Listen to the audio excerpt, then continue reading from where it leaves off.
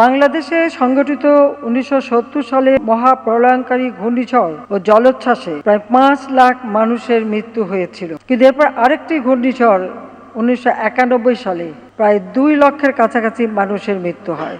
কিন্তু ২০২৩ সালে ঘূর্ণিঝড় মোখায় কোনো প্রাণহানি ঘটে নাই। এটি জলবায়ু পরিবর্তন অভিযোজন এবং দুর্যোগ ঝুঁকি হ্রাসে বাংলাদেশের সক্ষমতার বহিঃপ্রকাশ। অভিযোজন কার্যক্রমে বাস্তবায়নের জন্য ২০০৯ সালে আমরা নিজস্ব অর্থায়নে বাংলাদেশ জলবায়ু পরিবর্তন ট্রাস্ট ফান্ড প্রতিষ্ঠা করেছি।